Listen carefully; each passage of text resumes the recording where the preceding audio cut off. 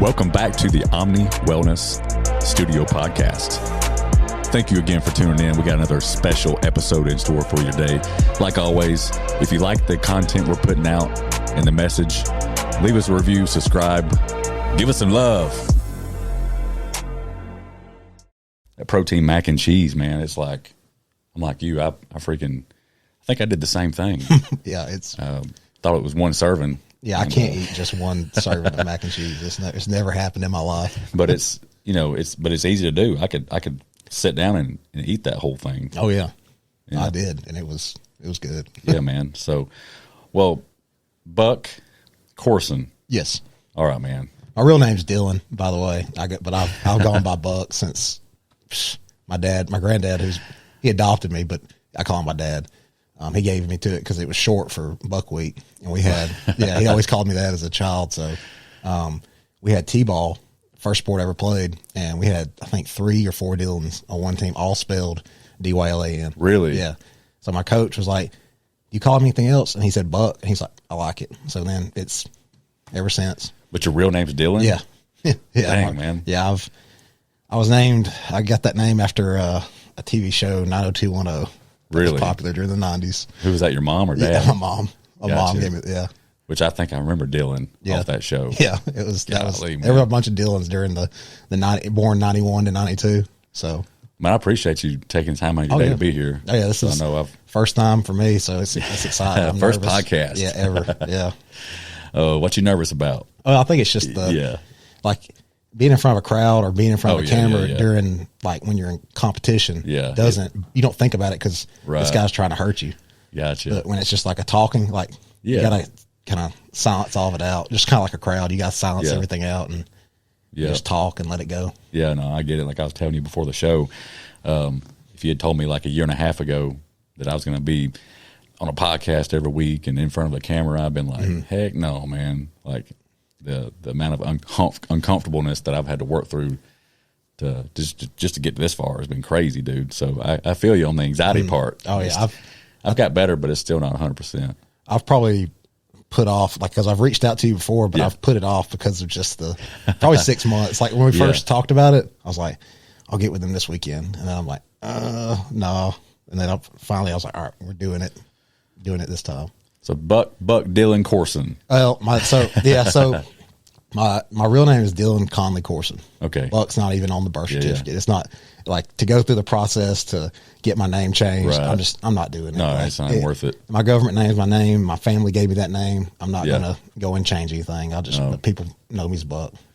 Well, cool. You'll be Buck on this show. So, I told you earlier, I'm going to use this episode as a time just to learn a little bit more about you. You know, because I know you in the past, in passing in the smoothie shop, you come in and you're always like, you must come in after a workout because you always look like you're just, you've been put through the ringer, man. Yeah.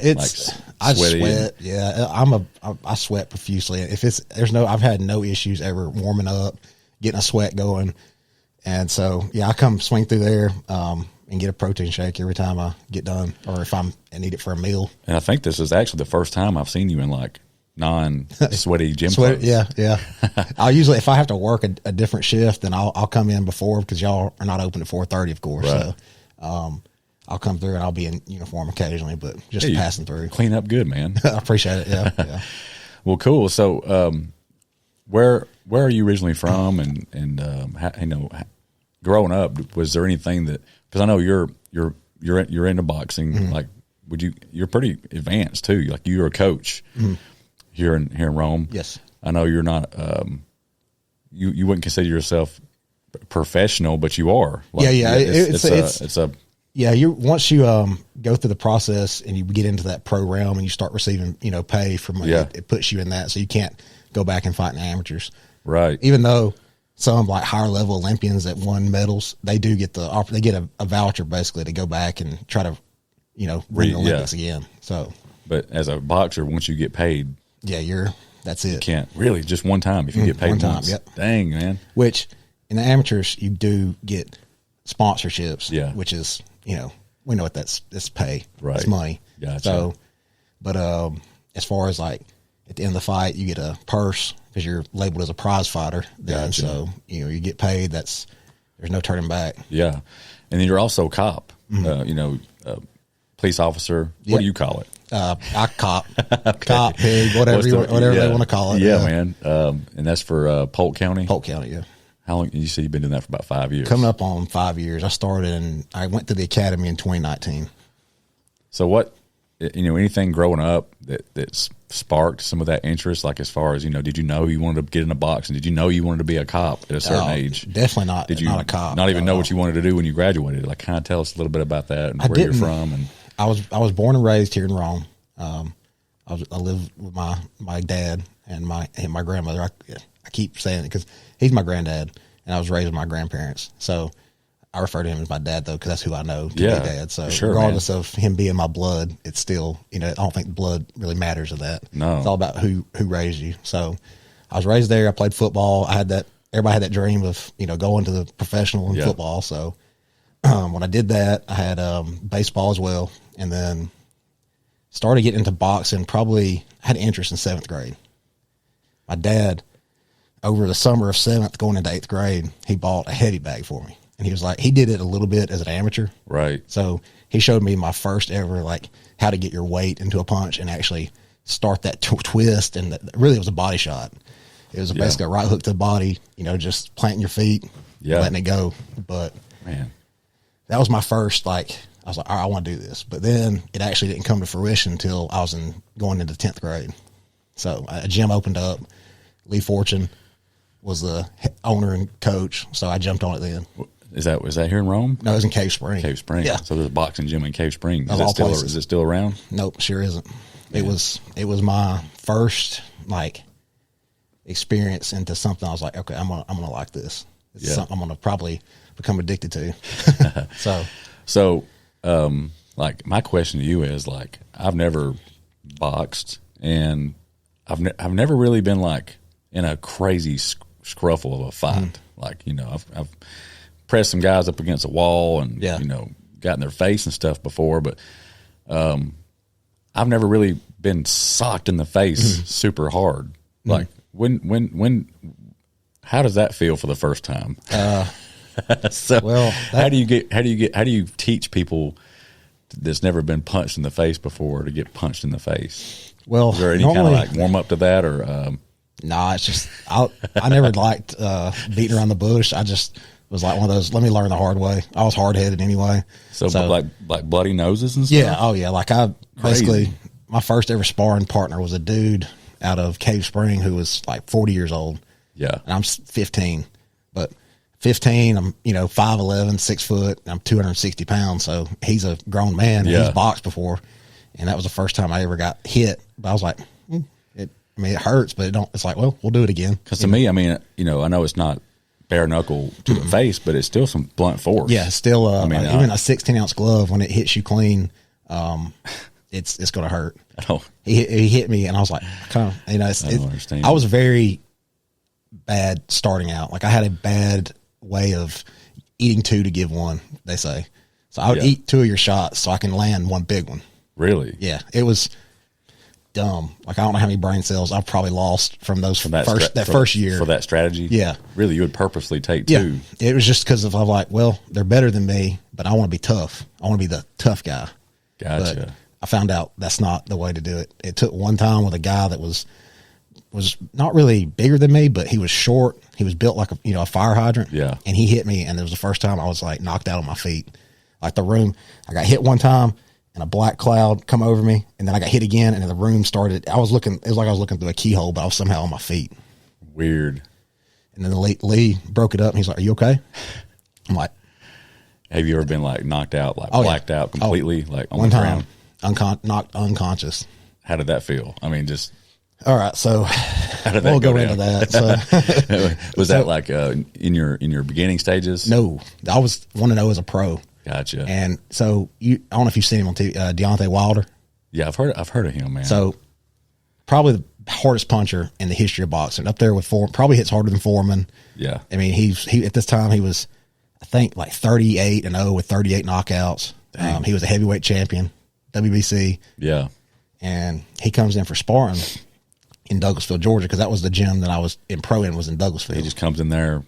So he we had a connection because in boxing, that's the thing is like everyone knows everybody. And if you don't see someone for say 5-10 years, you see them and it's like you just pick right up where you went. Really? Okay. Yeah. So he shows up and I'm already kind of starstruck because I've been watching him on TV. Yeah. I watched him a little bit as amateurs. I had sparred a little bit with him before, but not to where he is now. Yeah. So he comes in. We have 4 other guys there to spar with him. So we're going to do a round robin, like go 2, 2, 2, 2 all the way because he's getting around for a 12-round. What is a round robin? Is that what that is? Yeah. So you basically one guy goes 2 to 3 rounds, hops out, fresh guy hops in. Gotcha. So he's coming from Tuscaloosa, Alabama. So I want to give him good work because drive all this way, he needs good work. So what ends up happening is a guy gets in. His name is Stacy Frazier, I believe, and he gets in, and it's the first round.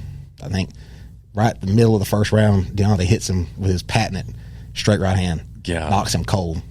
Dang. I mean, sleeps him, and I'm like, my dad's there. I look at my dad. I'm like, dang, okay, yeah, we're about to, this is different. Like you see an evolve really, like it right from seeing him and sparring with him at one time. It's like he just went levels overnight. Really? Yeah. Dang. So he gets in.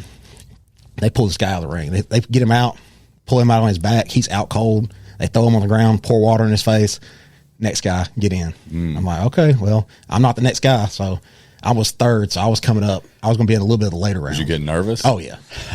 I'm already like, I'm sweating. I'm not even moving. I'm sweating. Like, because I'm like, this is not good. So next guy gets in, same thing. Hits him, but this guy he's like, no. Takes a knee. Really? Like, I'm done. And it was just a little short, just right hand. Next guy gets in, a little bit of a similar thing. He survives a little bit, but basically taps out, says, okay, hits hit with the right hand, takes a knee. They're like, all right, Buck, get in.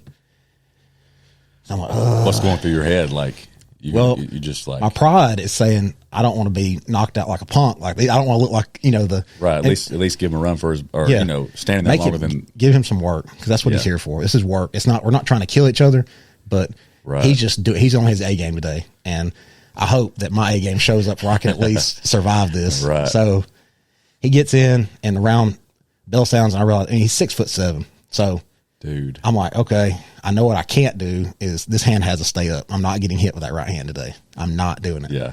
So he ends up, we're moving and I'm actually able to jab with him because, when a long, tall guy throws a jab, they step. So if I catch his jab and I step with my feet and my jab, I close the distance. So I get to my range where I can punch. That happens a few times. I'm like, I'm kind of testing my luck because I'm jabbing with a long, tall guy. Well, then, there's a crowd of people because they know he's there. There's no filming, of course, because that's a no-no. And then what happened was I just like, well, we're going to try this. So basically it was just a lunging left hook that I was going to throw. And I said, I'm doing it. Did it. It scores. Really? His headgear like kind of spins around. Wow. And everyone, yeah. Because, I mean, it's not a race thing, but typically white guys are the ones in the gym that are like, you got to earn your respect, which is, it's just a thing. Yeah. But I hit him and his legs kind of buckle. So it looks better. I see he fixed his headgear and it's like a switch. Okay. I'm like, got hit with a right hand behind the ear. It stunned me. I was like, I'm fine. I wasn't fine, but I'm not going to say I'm getting out of the ring. So then I threw a jab. I threw the jab, and instead of bringing it back high, I come back slightly low. On my way back, he throws that straight right hand. Really? Lights out? Lights me out, yeah. Really? Just that quick? Out cold. Dude. I got up.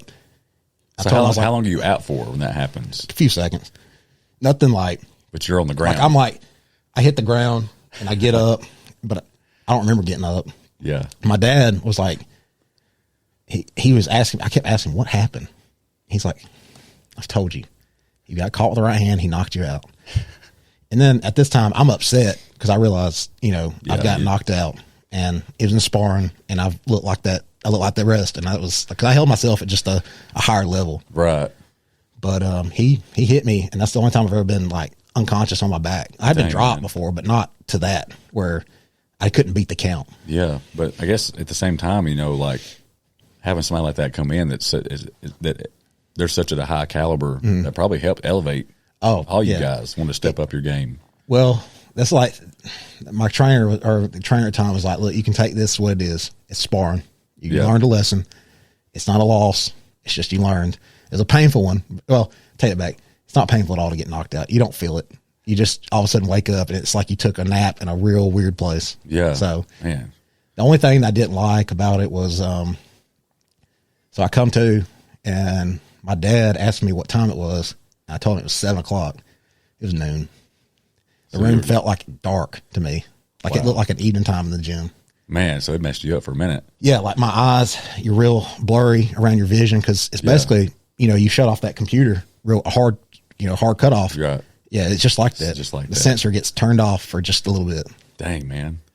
And then all of a sudden we're driving back and it's like I took another nap again and I come to and El Nepal and Rockmart were eating. And I asked him, I said, what happened? How we get here? And by this time he's pissed at me asking him over. I've just over and over and over. So and this is your dad? Yeah. Okay. Yeah. So, that's cool, man. He, is your dad still living? Yeah. He's come in a few times to Spartan. Really? Yeah. He'll go somewhere and say, hey, slide through, pick this up for me. And then, he's 71 now. I was about to say, because when you say, grandparent, yeah, he granddad. He was, I want to say when I was born, he was in his 40s. I think he was 41, 42. And then. Do you not stay in contact with your biological? Never met him. About your mom? Oh yeah, my mom. Yeah, I stay. Yeah. She's always stayed in contact. We see each other all the time. Gotcha. There's no like toxicity in that one. But just growing up, like at the time, it was a better situation for you to live with your. Correct. My mom was young, and it was just. She was probably. I mean, she was. I think she was 19. 19's, you're still an adult, but Yeah. Everyone has their times. At least you had that option, man. Imagine going to like the system. The fork in the road. Yeah. That's what, like, I'm a big believer in the butterfly effect. I feel like if they hadn't taken me in, my life would have been different. I feel like I'd be on the opposite end of things now. I'd been in the probably GDC by now. Really? Yeah. Wow. Yeah. Yeah. The butterfly effect. It's like, that's a killer movie, by the way. I love them. Yeah, it plays out different scenarios and how things could have went if he made a different decision or been in a different place at the right time or wrong time. Yeah. It's crazy, man. And it's one of those things I think about it from time to time, especially when you get like a day to yourself or not yourself and you go into those deep, reflection. And you think about if I'd have went left instead of right, Yeah. That's so true, man. There's no telling what I'd be doing. Nothing productive at all. So he definitely instilled some positive into your life. And then, I've had the same friends since I was, 4th, 5th grade. Yeah. We all see each other still. We grew up that way through sports. We all played football, baseball, basketball, wrestled, boxed. A couple of them, they went pretty high in boxing in the amateur level. So what year did you graduate? 2010. 2010. Mm-hmm. Okay. So you're only like 35? 31. 31. Yeah. I'll be 32. Yeah. I went to Pepperell, so that's why my math. I can't do math in Courson, my head. we didn't do math good either. We didn't do much. That meal was kind of ruined a lot of our brain cells. So I always tell people that I loved high school so much that I went 5 years. I loved it so much. Yeah. I loved it so much that I went a whole extra year. I couldn't let it go in 2004. So actually 3. I was supposed to graduate in 03. But I didn't graduate till 04. You had to hit the 04 year. Man. That was a big year. Yeah. It was weird seeing all my classmates going across the stage in 03. But anyway, so like when you were growing up, were you into like partying, and did you go through like a wild spree? Oh, yeah. Drinking and stuff like that? Like most of us do. Yeah. Mine was probably 20 to 25, I would say. I just, kind of not doing anything, productive. I was still training, but there was still just lags in my schedule. Yeah. It was just, I can still go have a drink or two, go have fun now. So it's probably like nothing, it wasn't anything hard. No hard drugs. Just alcohol. I was always too scared to mess with anything other than marijuana. That's what I tell people is like, and I think who you hang around does make a huge influence, because I was lucky, even though I grew up like with parents that raised me right and always told me, the dangers of drugs and even alcohol. Luckily, all my friends, all they did was just drink. Yeah. Nobody around me really did anything hard. But I will say, I can't sit here and say that if one of them had started messing around with something a little bit harder, who knows what kind of influence that would have had on me, you know? Well, my thing was peer pressure and all that stuff, you know? We all, like, when we were in our 20s, like early 20s, we smoked weed. That's all, the most I ever did. I had a few buddies that had messed with some other things, nothing like anything like cocaine or something, right. But I could never do it because I was always worried that you might get hooked on it too. Like well, I was more worried like before the fentanyl epidemic started, I was always worried what it may do to me. And I'll probably end up calling an ambulance to myself and telling on myself. And then, gotcha. And then I'm going to have to tell my dad, hey, I'm in the hospital because I did this. How would he have reacted to that? He would have understood. He wouldn't say understand. I don't like the word understand. I got you. So it would have been that we're not mad. I'm disappointed, which gotcha. is I'd rather you be mad than disappointed. So there was always that voice, I guess. Yeah. I think you get that in sports a lot more when you're in a competition. You have that voice and sometimes it's louder. I don't know what that is, if you know, whether you're spiritual or not. But there's that voice that stays and tells you like, hey, something ain't right. Right. Or you need to do this. And I was always worried about that. But I'm glad that I didn't go down that road because gosh, I see so many people's lives, you know, impacted negatively. And speaking of that, on the flip side of your life, you know, like we said earlier, you're a cop. You know, I'm sure you see a lot of that in the real world, you know, out patrolling the streets and stuff like that, man. Bad situations with kids. Yeah. It's always, those are always the worst. Anytime that, because the stats show that if we're dealing in domestic situations where there's narcotics use or thefts or something, the kids see that and they imprint. They see what their parents do. So then when they grow up, they think it's okay. And it's not. And I don't like law enforcement to be used like parents will call 911 and say, we just want you to scare our kids. Put them back to the police car. I'm like, no. They'll actually call and ask that. Well, because it's juveniles right now are probably they're unruly as they get. Like they know that there's certain laws that apply to them, and you know there's certain things we can and can't do. So the parents will call like, well, he's not. My son doesn't want to go to school. Get him up. Take him to school. He don't listen. You know, whip his tail. Is a lot of this single moms saying this? Well, the daddy's not present. I would say, yeah. Well, let me take that back. They might not be single, but they might as well not even have a dang partner. There's probably struggles as far as trying to balance life, work, and everything. And the father may not be present. Well, that's the problem, man. Like even when I was working for DirecTV inside a lot of people's homes, I got to see a pretty good pattern of how the masses are when you're inside somebody's home for a couple of hours. And so many single moms, so many grandparents raising kids. Like, you know, where's the daddies at? Yeah. You know, it's like it's bad. And then, like I said, they want us to scare them, but this badge and this uniform is something I don't want to be portrayed as negative. There's already media that we're losing a battle with. I don't need extra to I don't need to seem like some, stormtrooper. So what's in your past 5 years of patrolling, what's been some awkward or uncomfortable moments with the media? You ever felt like that you were being targeted or with the public? And not necessarily targeted. I think it's just your encounters with certain people will think that just because this happened in Atlanta or up north somewhere that it goes on everywhere. It's like, no, this ain't Minneapolis. Right. This ain't Atlanta. This ain't like that. We didn't have that issue. Look, our community didn't do that. Yeah, I've never had a problem around here. I mean, with the police. Of course, it's a shame that a couple of what I consider just bad humans, which end up being cops, give them all a bad name. Yeah. It only takes one to ruin the batch, and then everybody's violating the rights or alleging that, even though they don't. It's you can't do anything. It's a typical defense mechanism to blame other people for stuff that you're doing wrong. You will never take blame for yourself and acknowledge, hey, I got a problem and I need to address it. What do you think about these people that study the law like crazy? Like sovereign citizens? Yeah, that might be what it's called, but where you see them on the internet where they'll hide a camera in their car and they'll purposely try to get pulled over to argue and debate with the cop. Like the cop will be saying, hey, can you roll it in your window? And they'll be like, nope, I don't have to. It's in law number 438, section C. Have you had to put up with anybody on that yet, man? And what do you think about those people? Well, They're just trying to get views offline. Well, I haven't had anyone like with a camera that's filming me to set me up. Right. Now we have body cams now, so we'll stop people and they'll argue.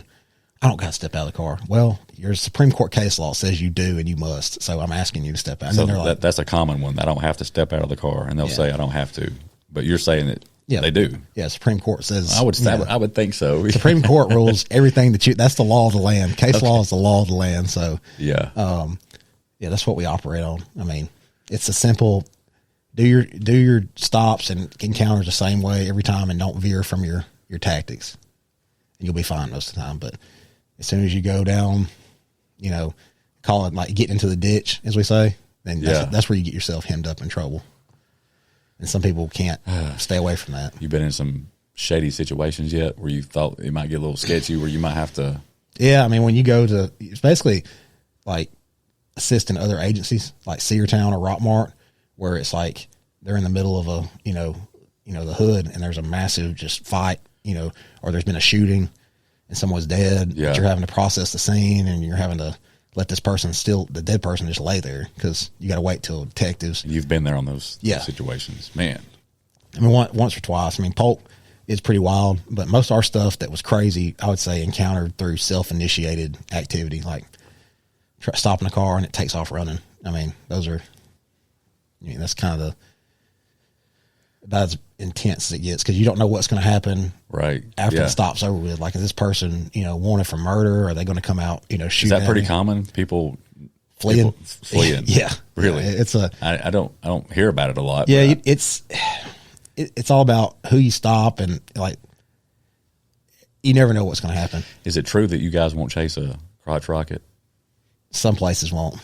I mean, why would you? Yeah. Do you even stand a chance? Oh yeah, they got to know how to drive it. Oh, okay. Yeah, and most people don't. If they can drive it, if they can drive that crotch rocket, we're not. My Explorer, I'm just not even going to bother you. I'm like, well, maybe next He's time. getting away.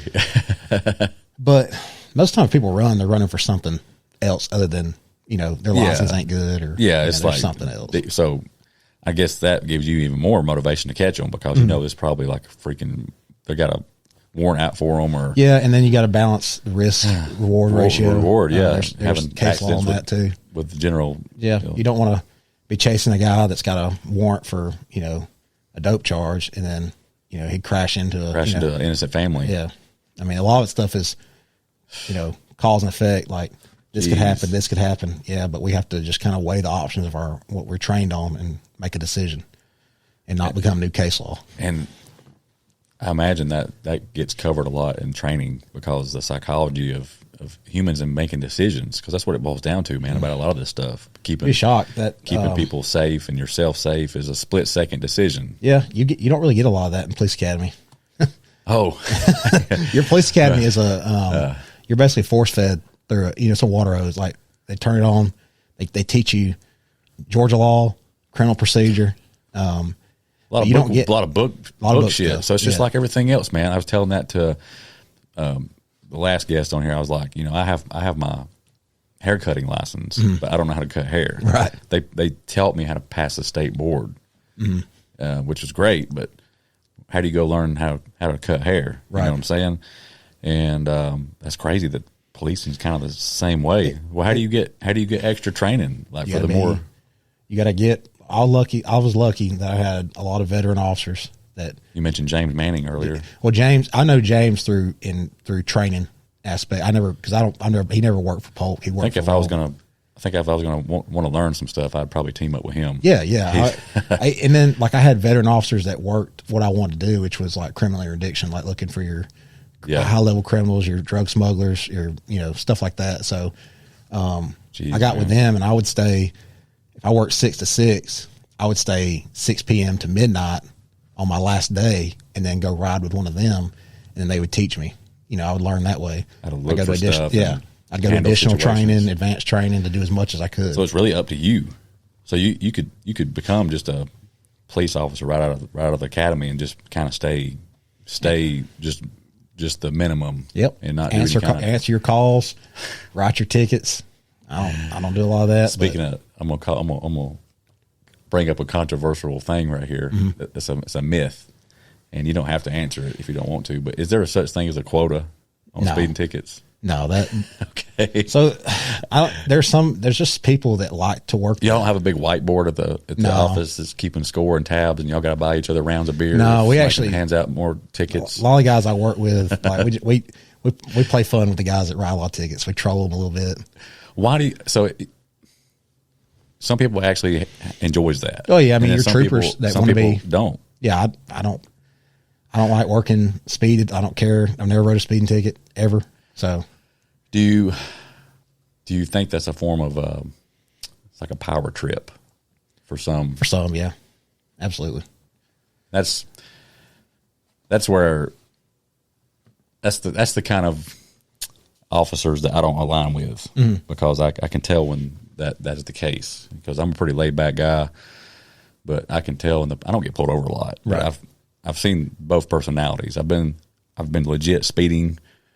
And deserve the ticket. Like, yes, like here, I'll ride it myself. Like, yeah.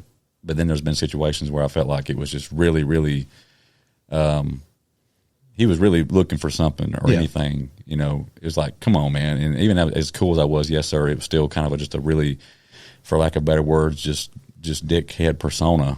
And I always viewed those as power trips. Yeah. You know, and I hate that because unfortunately those guys give a lot of, bad reputations with cops, you know, and that's what made me feel like there was a quota. Yeah.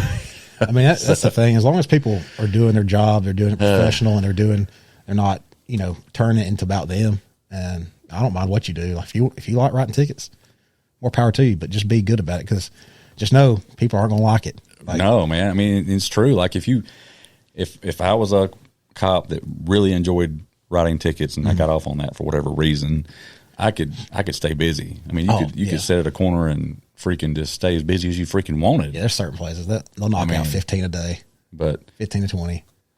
I don't know. It's crazy, but I was just curious. Yeah. As far as like my department and as far as the ones around me, there are no quotas. Yeah. There's no quotas here. Okay. There's just certain people there's revenue. I always I just envisioned this big whiteboard, y'all keeping tally. We don't get paid for tickets. Some people think y'all gonna miss out on that Christmas bonus, Bucky Roo. Yeah, ain't gonna be one coming to me because like I said, I've never been into writing them. Your sergeant or whatever is what you call it. We got corporals and sergeants, captains, chiefs. He's like chiefs. pages you and says, "I need you to come to my office." And Buck, you're doing great, but you're behind about 20 speeding tickets or 20 tickets. I need to step it up a little bit, son. Yeah, sorry. You know, you got to get that Christmas bonus. Not doing it. That's just more like the encounter is to make the contact. Yeah. And then it's not about the warning. It's about the warning really, because certain training we have is based off of not issuing a citation, but developing that comfortability. Like, okay, you're getting a warning, and then you go off on other things. So like, I guess you find it's funny that when you're out patrolling your car, how people are so afraid to pass you. Oh yeah. I think that's such a I'm like I'm not worried about you. Please just pass me. I'm not. People just slow down and they're so afraid to pass you. Yeah. Like, and I won't do it. I mean, sometimes I will if the cops are like really going slow. Yeah. I'm like, come on, but it freaks people out. They're like, even if you are going the speed limit, they will not pass the cop because they feel like they're going to get a ticket. Yeah, just everybody tenses up. If you see me, you can pass me. I don't care. I ain't looking at you. Oh man, I think that a lot of people can relate to that because you see it happen in public. You know, I used to. It's like a funeral. Well, I've had a lot of speeding tickets. Like from a kid, my first ever ticket that I got, I passed a bus stop sign. Like I was going down Alabama Highway. Whoa. And it was going back towards the city, and I'm going to Courson. Okay. It had the median. Yeah. But it's got to be a grass median. Gotcha. It's got to be a solid median. I didn't know that. I did the online driving course. I didn't even go to the place to do it. I did the online version during the summer. Jeez. They didn't teach us about that. And if they did, I'd skip through it. But he passed me, and there was a trooper, and I didn't like the encounter with him. I get the danger of it, but there's not a school bus alive that works is going to let kids pass 4 lanes of traffic to get on the bus. No, I agree. Like you're not going to do that to your child. And then So he's like, I'm taking you. I should take you to jail. I'm like, and my response, well, I'm 16. You can't take me to jail. So I didn't help the situation, but I was kind of shocked because I was late for school. I knew I was gonna get my butt chewed when this was like my third or fourth tardy. So yeah, I had I only had a couple of like really bad encounters, or where I was like really like I was about to bowl over. One was probably like 15 years ago. I was going down Barrett Parkway, and this is when the law had just come out about move over. Yeah, the cop has somebody has got somebody pulled over. You need to like literally get over, not just slow down, but move over. And I honestly did not know about it yet. And I was cruising through there with my Jeep. At the time, it had big mud tires on it. It kind of roared, and so it probably sounded louder than what I was really going, because he based it off the sound, and my Jeep had loud exhaust. So I slowed down. I saw him, but I didn't get over. Well, he honestly left the person on the side of the road to come get me. I don't know if he was just wrapping up with him or told him to hang on, I'll be back. Yeah. But I thought that was kind of weird. Well, once you start seeing the stats of officers getting hit. Oh, now I completely know. Yeah. But at the time, man, I think I was like 18, 19 years old. Yeah, you're not worried about that. And did not know about the law. It just came out, but he pulled me over and was super mad and like almost cussing me. And he's like, same thing, we're going to take you to jail. He's like, do you not know about the law? And I'm like, no. He's like, well, there's all kind of TV commercials about it and stuff like that. Well, I'm like, I don't watch a lot of TV. Yeah. Sorry, man. I slowed down. But he gave me a ticket. It ended up being a $500 ticket. Yes, that move over one is no joke. So it's just like it's crazy when you see, like, I get that one to an extent because like I totally get it now. I don't want to be like, it's the work. I can't imagine you're talking to somebody and all of a sudden you're gone because you got smacked by a car going 50, because you're not going to live through that. No, you're probably not going to know what. I mean, I don't see your chances of living getting hit by a car. No, I get it. I completely stand by it now. Because you'll see wrecks that they'll be going 30, 40 miles an hour, and it looks like they were going 100. So that's wild, man. But yeah, that was a bad encounter. And then let's see, I don't think I've had really any other encounters with a cop like that. Now I did have now maybe it was a cop on a beach somewhere. It was Myrtle Beach, South Carolina. I just got out there, had my cooler. Didn't even have no alcohol in it. It was just like Coke Zeros or something like that. And I had to work a little bit just to get my setup on the beach, walk a little ways. Right. And I was kind of worn out, from just getting the chairs out there in the cooler. And the beach cop came up to me and said, that cooler's not allowed. And I'm like, what do you mean? He says, it's not Coast Guard approved. I was like, you serious? He's just like, yeah, man, like, get the shit going. He was like cussing at me. Yeah. And man, I about lost it, dude. All over a cooler. That sounds about something. That's ironically, there was a gift shop just right up the way that sold Coast Guard approved coolers that were $50, little styrofoam that had a symbol on it. Don't ask me the difference, but it was like a money thing. Oh, it's a racket for sure. So that's more revenue. Yeah. So he probably gets a little piece, the gift shop's like, I'll slide you $5 for every. They probably sponsor the Christmas party every year or something. So they're like, we got to enforce this. It's just stuff like that's what gets under my skin. The petty stuff. I mean, but sometimes the weird thing is like the petty violations. Can sometimes lead to something like massive. That's true. Like I was going to sit here, and that's one thing I was going to bring up was like, how many times have you pulled over somebody for like just something simple, but it ended up leading to something bigger? Yeah, tag lights. That's huge. Tag lights. And it ends up being somebody driving around with no license. Pedestrian violations, bicycles. Dang, man. Yeah, I mean, you'd be shocked that people, they'll have 3 ounces of meth on them on a bicycle. They don't got a car. They got a bicycle. So holy crap, man. They'll be walking, wrong side of the road. And all you're making the contact. You're not out there to, get the ticket, but you have to make those contacts to assess your, what's abnormal, what's normal. How many breathalyzers do you give? I've only through the week or months. Not many.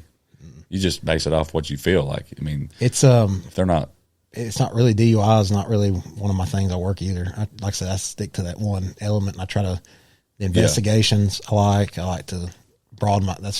You got to find your niche. Right. If you're like I said, if you're a guy that likes to write tickets, more power to you. God bless you. But if you get trolled a little bit, you can't get mad. Right. That's what we are going to troll you a little or bit. a lot of court appearances. Yeah, it's like people. If you give out tickets like that, you're probably going to have a lot more percentage of people taking you to court if it's really petty stuff. Petty stuff. Yeah. If you we spend most of the guys I work with, we spend our time in Superior Court, and those are your ones like you get your motion to suppresses, your hearings and everything. That's where you spend a lot of your time. And you realize when you're first starting out, you don't realize it because your court cases don't happen until 2 years later. But you're like, God, why did I make all these cases? Now I'm getting off time. I'm in court.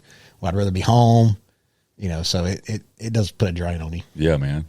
So back on the boxing side, you're a coach, and what have you found has been the most enjoyable piece of that when you're you work with all ages or? Yeah. So when Thomas opened up in shape, well, he opened the boxing part of it. I contacted him, and it's something I always enjoyed because I enjoyed competing, but this time I didn't have a coach. I didn't have a gym. And I was tired of driving back and forth to Douglasville because it's just taxing. So I hit him up, and he was like, yeah, I'm interested. So we got together, we formed it, and he put it all together with his money.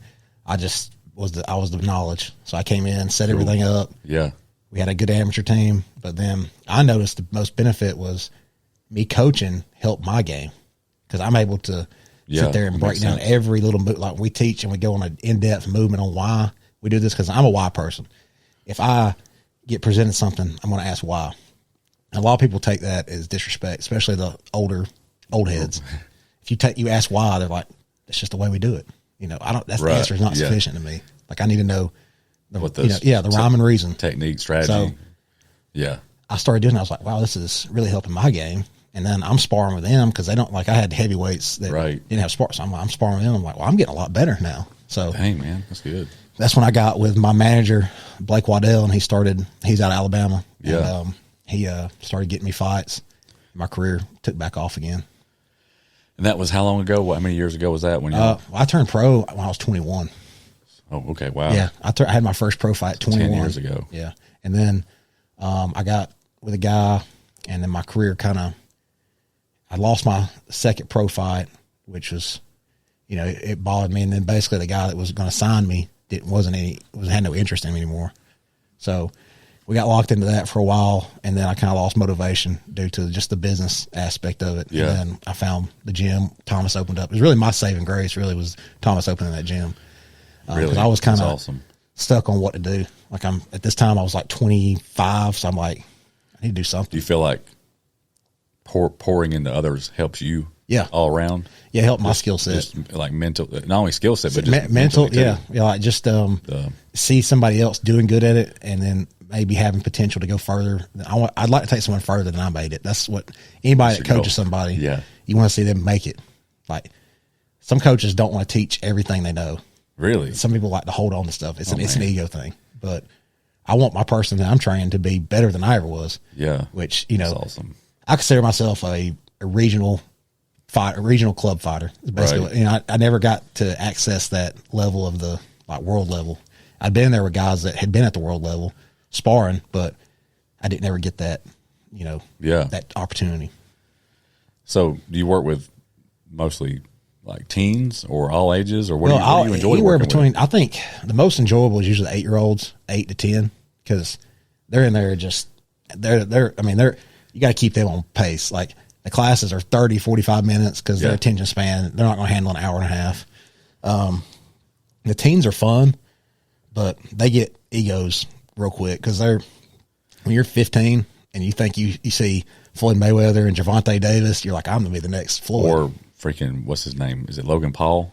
Yeah, you see that. It's like, okay, well, you can do that, but make sure you have their bankroll because that's how they're able to do this. They have a bankroll. What do you think about Logan Paul? I like it. I think it brings eyes to the sport. He's kind of like the most hated. Well, that's the enemy. Like you got to have those guys that you pay. Like if I pay to see him fight, I'm paying because I want him to lose. Right. You want that, and he knows that he's a villain role. So it's a villain role. Gotcha. You got to have him. You got to have your just like wrestling. Like when you watch wrestling back in the day. I mean, you occasionally find a guy that's like Stone Cold, who's kind of like an anti-hero. Right. Back and forth, just is against the man and does what he's got. And those are fun, but you got to have your good guys and your bad guys. Yeah. Yeah, I just think Logan Paul's story is pretty wild. He's got a documentary on Netflix. Oh yeah, he started off as freaking on Disney as a kid, innocent little kid. And then I think his story's fun, and I enjoy watching him talk. I mean, he's pretty decent. Yeah, he's not bad. He gets the right matchups. I would sign that contract in a second, to have that kind of money, and that opportunity, because you go in there and knock a guy out like that, people will know your name from that. Because he was on a roll there for a while. Well, he actually just won his first fight, because there's Logan and Jake. Logan's the bigger one. Okay. Jake Paul's the one that fights all these, he fought Anderson Silva. Jake, maybe that's who I'm talking about. Jake has legitimate skills. It's Jake. Yeah. Jake's who I was talking about. Sorry. But they're both they're basically the same. Like one's they're both the same personalities. So Jake's a lot better. He was on a roll, man. He was like undefeated there for a while, but like you would take these UFC fighters on. He knew what angle to push. I personally think that he got him at the right time. They had had a long career. He's like, it's just smart matchmaking on his behalf. Like you get a guy with a name, but he's a shell of himself. Or maybe he don't have the motivation he used to because he's got money. Gotcha. Once you start making $10 million a fight, that same motivation you had when was making $1,000 a fight is not the same. Man, that's crazy, isn't it? So he does the right things, and I think it's good for the sport. I always watch it, so I can't say on anything on it. Does he have some fights coming up in the future? Well, he's trying to angle to go towards to be a legitimate pro. So gotcha. We'll see. We'll see. I pay attention to him, but he's kind of like, I pay attention when he's there. What kind of fight would he have to win to be a legitimate boxing pro? He's gonna have to fight a real contender or an up and comer, like someone that's legit up and comer, not someone that's like halfway retired. Yeah. That's here to collect the money, which all power to him. Make your money while you can. For real, because like you said, he's making $10 million a fight. A lot of them. I bet. More probably. I bet he's probably generated close to 20 to 30 between sponsors and all the giveaways and stuff. Sponsors, he's the promotion. He owns the promotion. Oh, wow. Pay-per-view points. Yeah. Pay-per-view points is where it's at. Like that's where if you're making pay-per-view points, you're getting per pay-per-view buy, you're getting paid off of. So yeah, man. You sell 2 million pay-per-views. Think about, on top of your purse.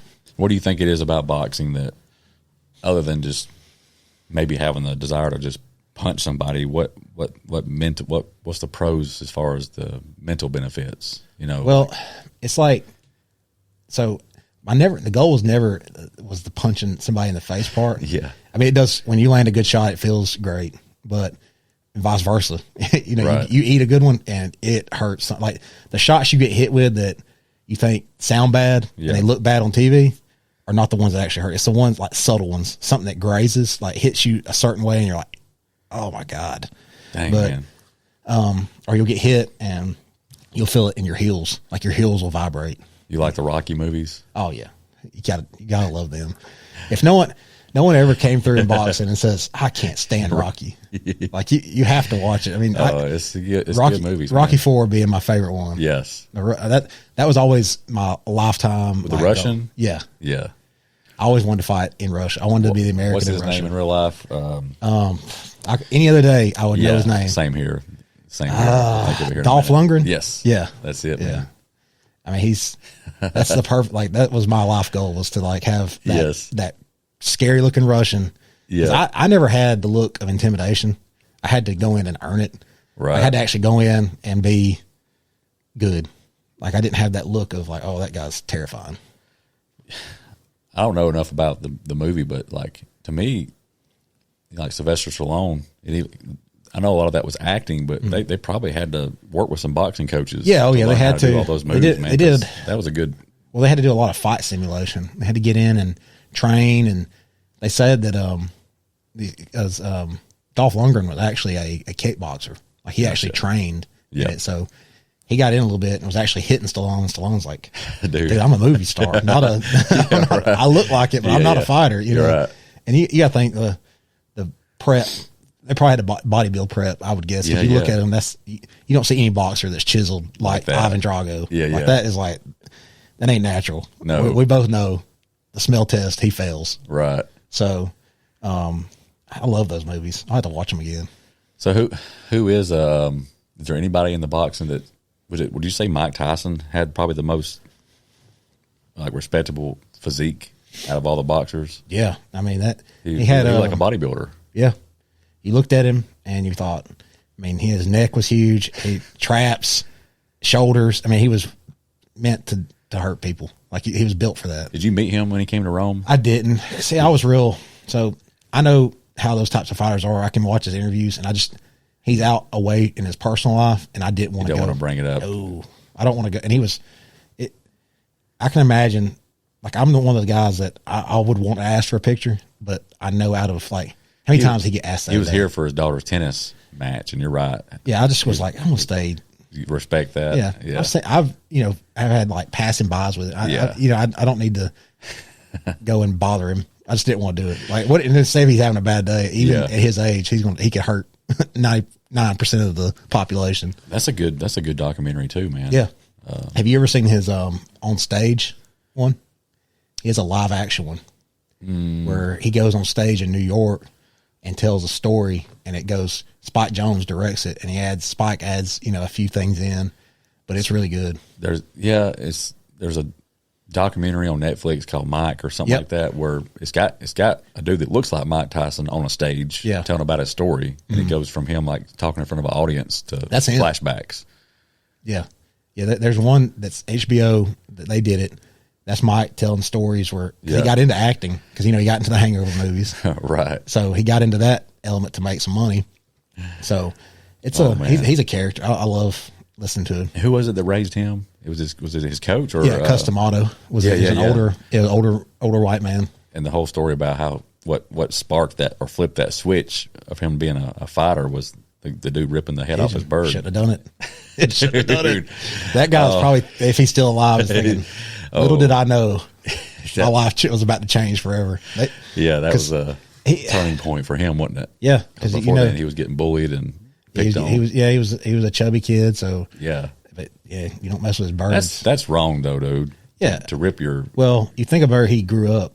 That's probably like doing stuff like that is probably a norm in that area because it was very poor. It was in the prime time of the 80s where the crack dens and all that stuff were going on. So people didn't even have money to live, much less, and then they get addicted to this drug called crack. So they're doing anything they can, boosting, robbing, anything they can just to get that, fixed. I feel like he could have been a little bit further in life if he hadn't had so many setbacks with drugs, man. He was wild. Well, who has freaking pet tigers and stuff? Yeah, you got to have some. I'm not running that risk because he had some stories like Steve-O with Jackass. Yeah, had gotten into a bathroom with Mike Tyson and they did a bunch of cocaine together. And he tells that story on his podcast. I'm like, how are y'all still alive? Yeah, I mean it's crazy, dude. And then his career. I mean, when he came out of prison, he was actually probably he said his best physical condition. Well, yeah, because he said prison was a great time for him because he got to work on himself. I remember him saying that to somebody. Because everybody's like, "You had all this money." He's like, "Money doesn't It does nothing if you're not okay upstairs." That's true, man. There's a guy I follow named Wes Watson, and he's the same thing. He did like 10 years in prison and just decided to really just work on himself. He's like, if I'm going to be here, I'm going to get in the best shape of my life. I'm going to read books, meditate, and man, he got out and he's like Instagram famous now, making bukus of money because he worked on his head, his mindset. I think that's something everybody can do. Yeah, you got to. Well, that's got to be rewarding, man. Helping teens and even adults, man. That's so out of their comfort zone. Oh yeah, learning how to get uncomfortable because that would be uncomfortable for me, man. And I mean, I'm not going to sit here and say I'll never try it, but that would definitely be just like even jujitsu. Yeah, different beast. Yeah, I can't imagine, but I hear people that do it and they love it and the camaraderie and just you do a lot of, like I said, that's all a bond, and you're not in there to hurt. You're not killing each other. I mean, you're getting after it, but you're not like if you go to like Scramble, with PJ and Jason and all them. You're going to go in there and you're going to learn things, but when it comes time to roll, and they give you the option, you can either roll or you don't have to. But you got to once you're a part of it, you got to finish it. That's their rule. So, and it is they get. What do you mean they give you an option to roll? So it's like live. So you basically start and you're getting after each other for the, usually 30 minutes, an hour, whatever they decide to do. Jeez. And it's like I did when I first started. I hadn't been back. I've been focused on the coaching and work aspect. I need to start back, but I did 2 days and they did live rolling. It was hard. I mean, I got my ass whipped.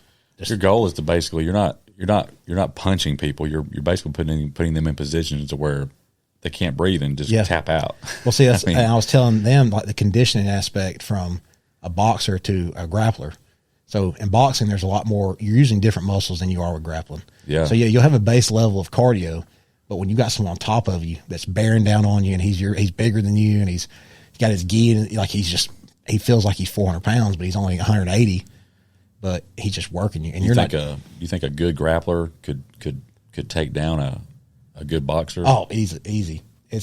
There's a good grappler in a pure fight, unless the boxer is trained in distance and understands that I got to land a shot because to initiate a fight, start standing.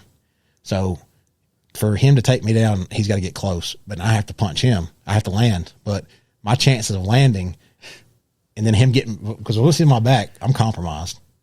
There's not much I can do. I guess that's why UFC is so interesting, because it's like a mixed bag of boxing and jiu-jitsu and grappling, right? Yeah. You got some fighters that are skilled in both. Yeah. It's like when you go to a job site, you got your tool belt, you got all these tools.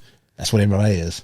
Well, dang, man. Imagine you had to build a house with just a hammer and nail, a bag of nails. Right. And you got your tool. I mean, it's kind of, boxing's like that. Yeah. It's like that, but people don't realize how, like, you got your footwork, at the end of the day, you got maybe 6 or 7 punches you can throw. You got you got a jab, cross, hooks, uppercuts, and then variations to the body. So who's the in the ranks right now for UFC? Who's that?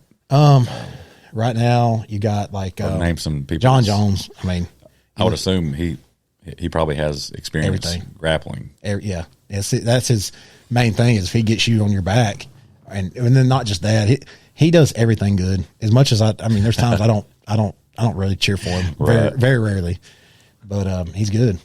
That's such cool, man. Yeah, he's one of the best to probably ever do it. And then boxing is just so, like, I'll always be addicted to it. Like I'm struggling. I struggle every day, not wanting to like get back, because I could get in and train at I would call it a part-time level, and then still get fights, still win fights. Yeah. But once I face that guy that eats, sleeps, and breathes, he's going to tune me up something awful. So, and that's what we were talking about earlier. You had mentioned, you made a good point. You had the realization that if you really did want to pursue the boxing thing again, you're going to have to be all in. Yeah, I'd have to relocate. And you got some goals you want to do at work. Mm-hmm. So you can't have both. You can't balance it all, unfortunately. You can't have it both. And that's what I was telling you about Allie, how she's all in. Mm-hmm. Like, whether she's realized it or not, she's an IFBB pro that does bodybuilding full time. I mean, she's physique pro. Mm-hmm. And, the focus on the workouts, to be able to work out sometimes 2 and 3 hours. Yeah. Meal prep, your nutrition, your supplementation, like posing practice. Right. That's hard to do part time. Yeah. So, and that's a lot of times, unless you got someone that's really backing you. Mm-hmm. Your big fights, you're going to get called on short notice. Yeah. Which is more, it's like, boxing has to be, or competing in general, it's got to be year round. You can't say, I'm going to train hard for 8 months and then I'm going to take 4 months off. Like, well, you lost a lot of progress, and then the turnaround is going to be terrible. So it was like I got offered one time to fight when Conor fought Floyd. I got an offer to fight on that undercard. 2 weeks notice, and I hadn't put on a pair of gloves in 6 weeks. Not doing that against a guy that was like 5-0. What areas of work are you wanting to move up in? Because it's got to be pretty special to pull you away from boxing. Well, it's not more special than boxing, but I have to be, like you said, the realization of. Because are you married? No. Kids? No. Okay, so it's not even like you even have to do it to keep a career stable. I'm more worried about I need my brain to do this job. Like it's to I have to be able to complete paperwork, complete tasks. And at the rate I was going and just taking the unnecessary blows to make a, 5 to 10,000, that's not enough, in a local, regional, or even some of the higher ends, So for you to make that switch, I'm not saying you will or should, but if you did say like, I just want to go all in. Yeah. I'm still young. I want to go all in with boxing. Like, what would that look like? You'd have to quit the police department. At least go part-time. Well, actually, I'd probably have to quit and I'd have to move. Live in like a freaking box. Yeah. Just live cheap. Live in the gym. There's not going to be any income. Yep. No income. I'd have to relocate to a new, probably somewhere completely different. Why different? It's because I'd have to be I'd have to swim with sharks. Like, it's not good to be the lead, the high man. You would need to go surround yourself with some other killers to level up. True kill, yeah. That's interesting you say that because in my own personal journey of personal development, and don't get me wrong, Rome is great, and there's some cool. There's a lot of people in this area that I look up to, but I found in the specific areas that I wanted to level up in, I had to go outside of Rome. Yeah, like Salt Lake City, Utah, type places, Nevada, to get around killers that are in the game that I'm wanting to be in. That's where I would probably have to relocate to, like your Philly, your New York, your Florida, where there's just, they're here in Atlanta. You can go to Atlanta and find that, no doubt about it. But it have to be something like that, major move, where you can all right, well, I'm getting my tail whooped, 3 days a week, in sparring. Yeah. But I'm getting better, not to the point where I'm like mentally, taxed, but I'm getting better. So I'm gonna try to get in your mind quick with this question. So here's my question to you, and I respect whatever you say. So being that you're still young, you don't have kids, you're not in a relationship, you're not married. Yeah. Why wouldn't you go all in? why wouldn't you just say, look, let's just do it. Let's just give it 100% for a year and go swim with the bigger sharks and see what happens. You might fail, but at least you can say you tried. I think at this current stage, if I was to abandon ship with what I have in because I'm a very I set my goals out, and I try to go to the pathway and stick to that. If I was to do that, my current path, I might as well throw it in the trash can. There wouldn't be no recovering that. I don't think so. I think it might, but the chances would potentially be not good. Obviously, you don't hate your job. No. I know you said you're not as passionate about it as you are with boxing, but you got a little bit of a spark there with the policing in your future, because you said you want to get in with the DEA or GBI, and I want to be state or federal. I want to go there with it. So right now is my investment into that is kind of where I'm at. And I agree, man. You got probably a little bit higher probability of that working out versus becoming a world champion. Yeah. The numbers. Now, if I was 21, we're talking different. Okay. But at 31 and making all the progress in the last 5 years in this job, and I had a couple of setbacks. My 2 pro losses were to the same guy. Gotcha. So I lost him in my second pro fight, and I said, well, I'm one of these people, if you beat me, I want to go with you again. Yeah. Prove that you're not better than me. Well, fight him again, and this was in 2020. And then we had the fight, and my preparation, I shot myself in the foot, did things I shouldn't be doing, in with people I shouldn't, as far as trying to have a relationship and trying to balance everything. So the day of the fight, I get to the locker room, and I'm like, I don't want to fight today. Jeez. I'm like, I don't want to be here. That's my mindset. Yeah, man. So when I get there, get my gloves on, get wrapped, get my gloves on, walk into the ring. All my buddies from the police department, all my family, everybody. I'd sold tons of tickets. Right. Because it was a rematch with a guy that my only pro loss. And I felt confident that I was going to get my revenge. Yep. Walking to the ring, my legs, I felt like, why am I here? Yeah. That's what it felt like. I looked at the exit. I was like, I could just walk through the exit. Just walk through, yeah. I'm not, I don't want to be here today. Right. I want to be anywhere else here but here. And then anxiety was kicking in. And your preparation, you always question your preparation. Did I do absolutely everything I'm supposed to do? And I knew without a shadow of a doubt that I didn't. Man. And I had You have nightmares. just felt like you didn't belong there. Yeah, I felt like I have pissed away an opportunity. You were just going to kind of like just pretend. Well, I was saying to myself, I'm like, if I can just get through this one, I will not do this again. It's like that person they get crazy drunk. They have that, I will never drink tequila again. Well, that's get in the ring. And, he comes out and he beats the crap out of him. Like first round, I don't think I hit him once and he hit me. My face was already swollen. Man. I was beat to hell already. But after the end of the first round, I was like, okay, we went through the storm. Now it's time to come back. So, but then I sit down in the corner and I feel my eye swelling shut. And I'm like, okay, this we got to do something. And he tells me, my coach, he goes to pull. Well, he hit me with a shot in the mouth. And I was like, he broke my teeth. So like this black spot here is from he broke your tooth. He killed the tooth. Dang, man. So my coach pulls my mouthpiece out and I'm like, cause it felt like I felt like when they pulled the mouthpiece, there were going to be teeth inside of it. And I was like, oh, my dad's going to be pissed because of the years, all the money he spent on braces. He's going to kill me. Well, then as he pulled the mouthpiece out, so I had a permanent retainer. Yeah. At the top of my mouth. Pulled the mouthpiece out. I swallow the permanent retainer. What? I swallow a metal permanent retainer in the middle of in the like first 10 seconds of him pulling the mouthpiece out. So I'm like, my throat, I thought it got lodged in my throat. Dude. So I told my coach, I swallowed my retainer. And what the heck, man? He's like, what about your eye? He's like, we got to fix that. I'm like, dude, true. And then, ended up get back up, have a great second round. I tuned him up and, land some good shots. And I said a few expletive, some bad words to him because he thought he was going to have me out in the first round. I won't say exact because it was pretty foul. But come back the second, come back the third, sit down on the stool, and it's like something switched. Everything, legs were shot.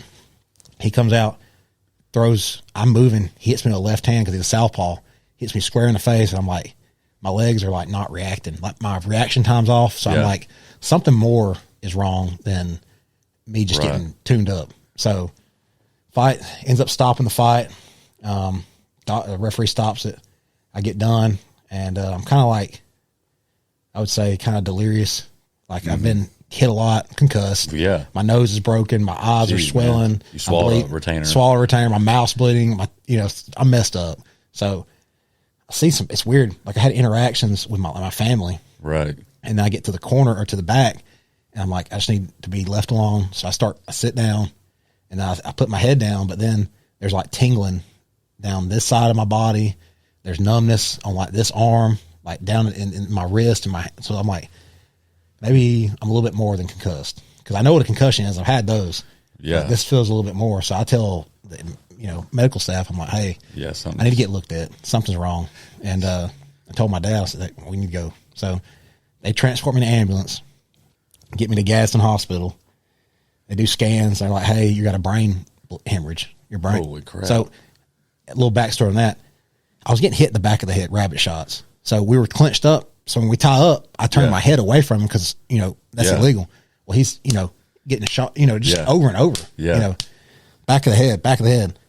You don't think about it in the fight. I had complained about it a few times in the fight, but, that's just me complaining. But just that constant beating, man. And they're like, hey, you got a brain hemorrhage. So we're going to airlift you to Floyd. In case something bad happens, we got the bird. It has more technology and it's a quicker way of transport. Whoa. So you were airlifted. So I was like, well, that's no good. And then, wow. So then I had to stay a night at Floyd. Dude. And then of course, my dad stayed with me. And then that was basically a couple of days later. Couldn't eat solid food. The only thing I craved was like fruits. So like fruit bowls, that's all I could eat. Anything else I couldn't stomach. That was probably the concussion. And then, jeez, man, everything else. And then finally, after I couldn't get out of my room I probably didn't go back to work till 2 weeks with all the swelling and the headaches. Had to keep my lights off. Just couldn't see light at all. Man. And then go to my dad. My dad's like, hey, I don't want you doing this anymore. He's like, I can't support it. So hearing that, from someone that's basically, helped you through all this. Right. It's kind of like, mentally, it's crushing. So, but of course I don't listen. I'm like, well, I'm doing it again. So I fought again a year later, knocked the guy out, but there was still something that just didn't feel right. Yeah. Like I always say it, like I tell people they a lot of them don't understand, but like when you had like something grueling happen in a certain area, I felt like that day and that specific day in the ring, that a part of me stayed in that ring. Like when they tore it down, part of my like soul stayed there. Man, dude. And that's I don't know if that's something you can like. It's kind of hard because you come back less of yourself than you went in. Right. If I knew that, then I would have said, "Let's pull this fight and let's get back to neutral." But dang, man, I didn't listen to my brain and my heart. Yeah, gut. Well, it's and of course you get that cliche saying it all happens for a reason. Yeah. Blah blah blah. But still, you can't help but wonder what ifs and that fork in the road, and like if you had made that decision and this decision and that decision, So that's really cool, man. Well, see, there was a quote I saw one time that I saw it like a year and a half ago, and it just hit me. I don't know if I'm saying it right. Something along the lines of, if you think the cost of winning is high, wait till you get the bill for regret. Because that's that's what you think of is like, did I do it? That's the only thing I really fight with. Like, right now I'm young enough where I could do it. Yeah. But then what if it just, am my bill, when I get my bill for regret when I'm 40, 50 and I'm not doing anything competitive, is that bill for regret going to be too high for me to like, is it going to affect me mentally? Yeah, to where it's like it affects your everyday life, and you live in that. If you live in idea of regret, it's just unhealthy. Well, Buck, I'm going on about over an hour here. Is there anything else you want to add to the? I just appreciate you for having me. It's been a lot more. It flew by a lot quicker. I figured I'd close it out. Yeah. Yeah. First little bit, I was starting to have some anxiety. I was having to like woo-saw myself, but I enjoyed it. Yeah, man. Well, like I said, I appreciate you being on the show, and if people want to look into what you offer, what's the best way to find it? Via social media is the best way. Buck Courson or Dirty Dog. Yeah, that or like I said, we'll put them in the right direction. If I don't have the time, I'll put you with someone that does have the time. So if you got a son that's if listeners have a son that's being some trouble and they feel like some good discipline and some good coaching, that 8-year-old, 9, 10, 11-year-old, that might be a good thing. Combat sports is what I recommend for all children, especially today where you got a lot of bullying and you got a lot of kids that are, kind of figuring themselves out. They don't really know what direction they got. They don't like team sports because not a lot of people do good in team sports. Yeah. So combat sports, jiu-jitsu, kickboxing, boxing, any of those will be great. Sweet. Yeah. Y'all look them up. And if you got any, even yourself, if you want to step off into that realm of something new and challenging and uncomfortableness, check out the boxing thing. And Buck, I appreciate you being on. Appreciate it. And we'll catch y'all next time. Okay.